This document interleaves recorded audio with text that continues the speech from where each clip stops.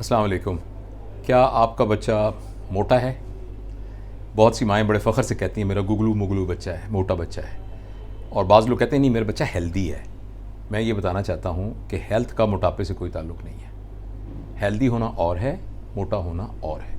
और मोटा होना कभी भी हेल्दी होना नहीं होता। और ये बात बहुत हैरानकुन है कि अमेरिका में, क्योंकि हमारे यहाँ तो स्टैटिस्टिक्स हैं नहीं ना इतने, अमेरिका में 20% बच्चे जो हैं वो ओबीस हैं, यानी अपने नॉर्मल से उनका वज़न ज़्यादा है। और पाकिस्तान में अगर कैलकुलेट किया जाए तो मैंने बहुत नेट में तलाश करने की कोशिश की, लेकिन मुझे कोई मिला नहीं इस तरह की शुमारियात जिससे मैं ये बता सकूं। लेकिन मेरे अपने तजुर्बे में आया है कि पाकिस्तान में भी मोटे बच्चे बहुत ज़्यादा हैं। और वो बच्चे जो मोटे होते हैं वो जब एक दफ़ा मोटापे में पड़ जाएं तो वो फिर अपने एडोलिसेंट में यानी नौजवानी में भी और जवानी में भी और उधेड़ उम्र में भी फिर मोटे रहते हैं। ख़ास तौर पर लड़कियाँ, क्योंकि लड़कियों के अंदर फिर 10, 11, 12 साल के बाद एक हार्मोनल चेंज आती है जो उनको मोटा होने में मज़ीद मदद करती है। तो इसलिए ये बहुत ज़रूरी है कि बच्चे भी और बच्चियाँ, ख़ास तौर पर बच्चियों के बारे में शुरू में ही उनके माँ बाप इस बात का ख्याल रखें कि कहीं वो मोटे तो नहीं हो रहे। और अगर वो मोटे हो रहे हैं तो उसमें सबसे अहम फैक्टर खुराक का है। हमें शुरू से ही बच्चों को चीनी की आदत नहीं डालनी चाहिए। बच्चों को अगर मीठा खिलाना है तो वो मीठा खिलाइए जो नेचुरल मीठा है, यानी जो फलों के अंदर है, जो फलों के जूस के अंदर है। जो आर्टिफिशियल शुगर है यानी कि रिफाइंड वाइट शुगर, ये अगर आप बच्चों की खुराक से बिल्कुल भी निकाल दें तो इससे कोई फ़र्क नहीं पड़ेगा। इसी तरीके से बच्चों को प्योर नमक भी बहुत लेट शुरू कराना चाहिए। अच्छा, दूसरी अहम बात यह है कि जब बच्चे थोड़े से बड़े होते हैं तो उनको हम स्वीट्स, टॉफ़ीज़ और चॉकलेट्स देना शुरू कर देते हैं। इनके अंदर भी रिफाइंड शुगर होती है। जब बच्चे इसको ले लेते हैं तो ये शुगर एम्प्टी, खाली हरारे यानी एम्प्टी कैलोरीज़ होती हैं। ये ताकत में इजाफा नहीं करती बल्कि चर्बी में इजाफा करती हैं। और इसका जो एक और बड़ा नुकसान होता है कि ये एक फिलिंग इफ़ेक्ट देती हैं। बच्चे को लगता है कि उसका पेट भर गया और जब वो प्रॉपर खाना खाने लगता है तो फिर उससे वो खाना खाया नहीं जाता। बहुत सी माँओं को ये शिकायत होती है कि हमारे बच्चे खाना नहीं खाते। वो इसलिए कि पहले उनको हम शुगरी चीज़ें दे चुके होते हैं।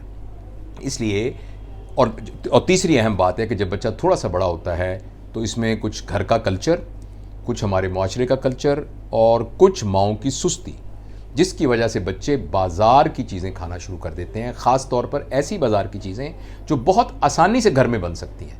मसलन अगर आप बर्गर बाहर से मंगवाते हैं तो क्या बर्गर घर में नहीं बन सकता? शौरमा जो आप बाहर से मंगवाते हैं तो क्या वो घर में नहीं बन सकता? इसके अलावा और जितनी मीठी चीज़ें हैं, बेकरी प्रोडक्ट्स, मिठाइयाँ, केक वगैरह, ये सारी की सारी बच्चों के लिए बहुत नुकसानदेह हैं। और दूसरी जो बहुत नुकसानदेह चीज़ है वो फ़ज़ी ड्रिंक्स हैं। मुझे कल एक दोस्त मिला, उसने मुझे कहा कि मेरा बेटा तकरीबन 1 लीटर कोक रोज़ाना पी जाता है। तो कोई सा भी जो फ़ज़ी ड्रिंक है वो बच्चों के लिए ठीक नहीं है। इसलिए हमें देखना चाहिए। और अक्सर ये है जी, हम क्या करें जी, बच्चे तो बाज़ार से खा लेते हैं, तो बच्चों का तो कोई सोर्स ऑफ इनकम नहीं होता, बच्चे तो आपसे पैसे लेते हैं। और जो भी माँ बाप की शिकायत करते हैं मेरा बच्चा खाना नहीं खाता, मेरा बच्चा बाज़ार से मंगा के खा लेता है, ये जंक फूड खाता है, ये बाज़ार से चीज़ें लेके खाता है, उसमें 100% कसूर पेरेंट्स का है। पेरेंट्स ने घर के अंदर डिसिप्लिन नहीं बनाया होता और फिर उन्होंने ख़ुद बच्चों को इजाज़त दी होती है कि वो जंक फूड खाएं।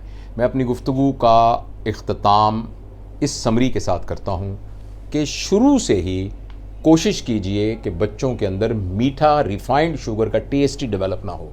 उनको फल खिलाइए, उनको सब्जियां खिलाइए, उनको जो नेचुरल फूड है वो खिलाइए। उनको जब जूस देना है तो उनको स्मूदी बना के क्रश करके दें जिसमें फ़ाइबर वगैरह भी हों सारे। उनको नट्स जल्दी खिलाने की आदत डालिए, जो बादाम, अखरोट वगैरह ये चीज़ें। और इसके अलावा ये भी याद रखिए कि उनकी पानी की कमी भी ना होने दीजिए। फ़ज़ी ड्रिंक्स उनको बचाइए, जंक फूड उनको बिल्कुल ना दीजिए।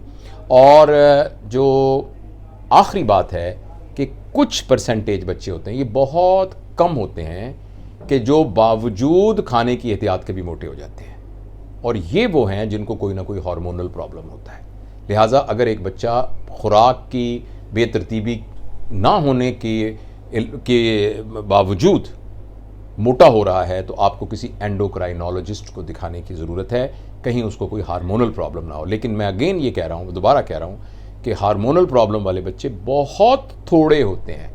अक्सर जो हैं वो खुराक की, अक्सर लोग कहते हैं हमारे घर में सारे ही मोटे हैं, अब्बा जी आते हैं उनका भी पेट निकल रहा होता है, अम्मी भी माशाल्लाह इसी तरह ही होती हैं, बहनें। तो उसकी वजह ये होती है कि घर में सारे लोगों की खुराक बेतरतीब होती है।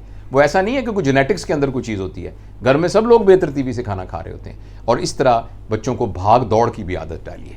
अगर वो यानी जितना जो काम वो पैदल कर सकते हैं, कोशिश करें कि उनको सवारी के ज़रिए से ना करें, और उनको भाग दौड़ की, खेल कूद की भी आदत डालिए। तो ये कुछ ज़रूरी बातें थी जो मैं आपसे करना चाहता था।